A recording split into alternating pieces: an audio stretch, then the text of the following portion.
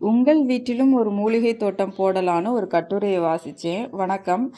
வாசிச்சதுக்கப்புறம் நம்ம வீட்ல என்ன ஹெர்ப்ஸ் எல்லாம் இருக்குன்னு தோட்டத்தில் போய் பார்த்தேன். ஒரு 31 மூலிகைகள் இருந்தது. அது இல்லாமல் இன்னமும் வாங்கிட்டு இருக்கேன். மூலிகைகளை பயன்படுத்தலைன்னா அது காணாமல் போயிடும் தோட்டத்துலேருந்து. இது சித்தரத்தை. இதனுடைய இலைகளை தான் நாங்கள் அதிகமாக எடுத்து பயன்படுத்திக்கிட்டு இருக்கோம். ஏலக்காய் செடின்னு தான் நினச்சி வாங்கினேன். ஆனால் அது சித்தரத்தை. இதனுடைய வாசமே அவ்வளோ சூப்பராக இருக்கும். சளி பிடிச்சிருக்கப்பெல்லாம் இந்த மூலிகை தேநீர் ரொம்ப அருமையா இருக்கும். சளியெல்லாம் வெளியில வந்துரும் மூக்கு வழியாவே. 2 மஞ்சள் கரிசலாங்கண்ணி. இத கீரைகளின் ராணின்னு கூட சொல்லலாம். இத நெறைய பேருக்கு ஷேர் பண்ணியாச்சு. திருப்பி இது வளர்த்துக்கிட்டு இருக்கேன். ஷேர் பண்ணவும் போறேன் இத. இத பயன்படுத்தும்போது புளி, காரம், எண்ணெயெல்லாம் கம்மியா பயன்படுத்தணும்னா, இதுலேருந்து கிடைக்கக்கூடிய பயன்கள் நமக்கு அப்படியே கிடைக்கும். 3, 4 வகை பிரண்டை இருக்குது வீட்டில். இதில் 1 இலைப்பிரண்டை. பிரண்டை இது உருட்டு பிரண்டை. பிரண்டைகளை உணவில் சேர்க்கும்போது உடல் சுறுசுறுப்பாகும், ஞாபக சக்தி பெருகும், பூச்சி தொந்தரவெல்லாம் குறைஞ்சி போயிடும், உடலில் வலி இருக்கிறதும் குறைஞ்சி போயிடும். இது முப்பிரண்டை.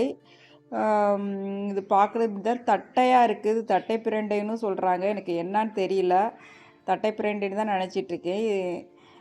6 ஓமவல்லியும் ரோஸ்மேரியும் இருக்குது. ஓமவல்லியும் எல்லாருமே பயன்படுத்துவீங்க. இது காய்ச்சல் அப்போ தலைவலிக்கு கூட அதை அரைச்சி நெத்தியில் பத்து போடலாம். ரோஸ்மேரி மலையில் பூச்சி கடிச்சிருச்சு. 8 முறி கூட்டி இது மேலே சில்வர் கலர்லேயும் அடியில் வந்து ஒரு மட்டம் பர்பிள் கலரில் இருக்கும். காயம் பட்டுருச்சுன்னா இதனுடைய இலைகளை கசக்கி போட்டால் காயம் சீக்கிரம் சரியாயிடும். 9 பொடுதலை. இது வந்து கர்ப்பப்பையை பலப்படுத்தும். இதை துவையலாக அரைச்சி எடுத்துக்கும்போது இதை பொடுகு வராமல் இருக்கிறதுக்காக நிறைய பேர் எண்ணெயில் அரைச்சி பயன்படுத்துகிறாங்களாம். 10 கண்டத்திப்பிலி. இதை அதிகமாக நான் ரசத்தில் பயன்படுத்துவேன், தேநீராகவும் பயன்படுத்துவேன். இது சளி இருக்கும்போது பயன்படுத்தணுன்னா சளியெல்லாம் வெளியில் வந்துடும். தொண்டை கரகரப்பாக இருக்குல்ல, தொண்டை வலி இதுக்கெல்லாம் ரொம்ப நல்லது டீயை எடுத்துக்கும்போது. 11 சர்வ சுகந்தி. இது வந்து சோம்பு, பட்டை, கிராம்பு அதோட 3னுடைய பலனும் இதுலேருந்து கிடைக்கும். ஒரு இலை பயன்படுத்தினா போதும். ரசம், காஃபி எல்லாம் போட்டு குடிக்கலாம் அதில். 12 அமிர்த சஞ்சீவினி ஐயம்பனை. இது வந்து மூல நோய்க்கு நல்ல மருந்தான். காலையில் வெறும் வயிற்றில் எடுத்துக்கலாமா, இதில் டீ கூட போட்டு குடிக்கலாமா, புளிப்பு சுவையோடு இருக்குமா. இது இப்போ தான் வச்சுருக்கேன். 13 அஸ்வகந்தா. இது தூக்கம் வருமா இதில் டீ போட்டு குடித்தா. இதனுடைய வேர்களில் இதில் இப்படி தான் பழங்கள் இருக்கும். மன அமைதி கொடுக்குமா. 14 கமரு வெற்றிலை. இது வந்து பக்கத்து வீட்டிலேருந்து வளர்ந்து எங்கள் வீட்டுக்கு வந்துருச்சு. ரொம்ப காரமாக இருக்கும். ரசம் வைக்கும்போது இதெல்லாம் பயன்படுத்திக்கலாம்.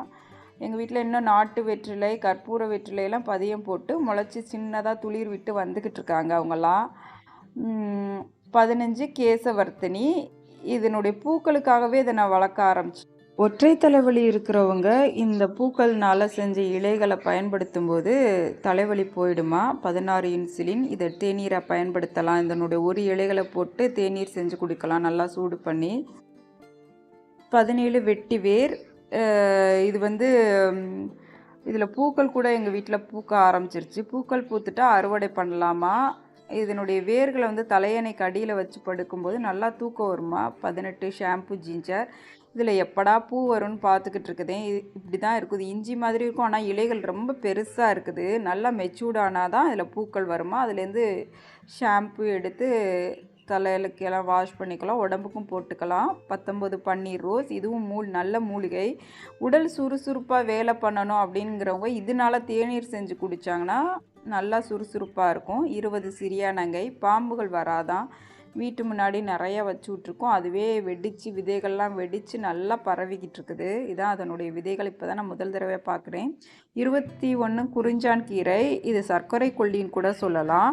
இந்த சாப்பிட்டு இதை ஒரு சூப்பாக எடுத்துட்டோன்னா 3 மணி நேரத்துக்கு டீ, காஃபி இதெல்லாம் சாப்பிடாமல் இருந்தோன்னா அதனோட பயன் நமக்கு கிடைக்கும்.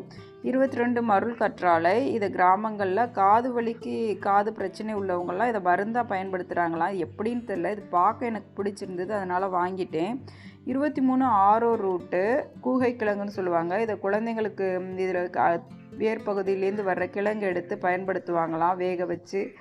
அதனால செய்யப்பட்ட உணவுகளும் நல்லா உடலுக்கு நல்லா சக்தி கொடுக்கும்னு தெரிஞ்சுக்கிட்டேன். இதை நான் ஒரு பேர்ட்ஸ் ஆஃப் பேரடைஸ் செடின்னு நினச்சி தான் எடுத்துகிட்டு வந்தேன். ஆனால் அது கூகை கிழங்குன்னு அப்புறம் தான் தெரிஞ்சுது. 24 கருநொச்சி. இது ரொம்ப கஷ்டப்பட்டு எனக்கு கிடச்சிது. இது எங்கள் வீட்டில் யாராவது காய்ச்சல், உடம்பு சரியில்லைன்னா இதில் தான் தண்ணி போட்டு சுடு பண்ணி குளிப்பாட்டி விடுவோம் சின்ன குழந்தைங்கள்லாம். அப்புறம் கரும்பூலா. இதனுடைய இலைகள் பாருங்கள் குறுக்கு மடுக்காக தான் இருக்கும்.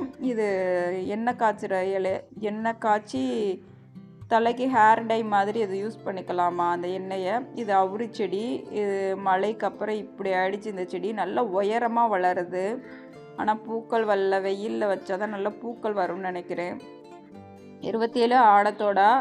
இதுவும் அது மாதிரி தான் குளியலுக்கு பயன்படுத்துவோம். மோஸ்ட்லி போகிறவங்க வரவங்களாம் பறிச்சுட்டு போவாங்க. இந்த இலைகளை தண்ணியில் வேக போட்டு அந்த தண்ணியில் குளித்தா உடல் வலி போயிடும். சளி தொந்தரவு இருக்கிறவங்களும் அதில் டீ போட்டு குடிக்கலாம். 28 மருகு தவனம். இது செடியிலே அப்படியே காஞ்சு போயிடுச்சுன்னா அந்த காஞ்சு போனதை எடுத்து பீரோவில் வச்சுட்டோன்னா ட்ரெஸ்ஸெலாம் நல்லா வாசமாக இருக்குது. நான் அதுக்காக தான் பயன்படுத்திக்கிட்டு இருக்கிறேன். குளியல் பொடியிலெல்லாம் பயன்படுத்தலாம் அதை காஞ்சு போன இலைகளை. 29 ஸ்டீவியா. இது ஸ்வீட் கேண்டின்னு கூட சொல்லுவாங்களாம். இது கரும்பை விட 30 மடங்கு இனிப்பு சுவை அதில் அதிகமாக இருக்குது. இதுலேயும் டீ போட்டு குடிக்கலாம். அந்த இலைகளை கொஞ்சம் போட்டு சுடுதண்ணியில் போட்டு குடித்தா நல்லா இனிப்பாக இருக்கும். 30 நீல நொச்சி. இதுவும் குளியலுக்கு தலைவலி இதுக்கெல்லாம் தான் பயன்படுத்துகிறது. கிரவுண்ட்லேருந்து வளர்ந்து வந்திருக்கு பாருங்கள் எவ்வளோ உயரமாக வளர்ந்துருக்குன்னு. நீல நொச்சி உயரமாக வளரும். கருநொச்சி ஒரு புதர் தாவரம் மாதிரி தான் வளரும். 31 தொட்டால் சினிங்கி. இதுவும் ஸ்கின் ப்ராப்ளம் உள்ளவங்களாம் குளியல் பவுடரில் இதை போட்டு அரைச்சி தேய்ச்சி குளிச்சுக்கலாம். இது எனக்கு ரொம்ப பிடிக்கும். இது இல்லாமல் இன்னும் புதுசாக செடிகள்லாம் வாங்கியிருக்கேன். பார்ட் 2ல் வரும். நன்றி.